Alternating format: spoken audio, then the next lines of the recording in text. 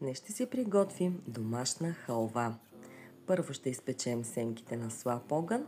Ако искате халвата да е по-бял цвят, само за няколко секунди. Ако желанието ви да придобие този златист загар, за няколко минути. Разбиваме добре в блендера, докато стане на каша. Приготвяме си захарният сироп и разбиваме един белтък на сняг. Добавяме към него лъжичка пудра захар и след това на тънка струя получилият се сироп. Разбъркваме добре и смесваме заедно с кашата.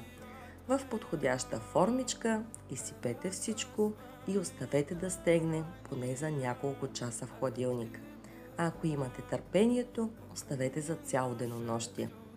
Може да се насладите на това сладко изкушение с чаша ароматно кафе или чай.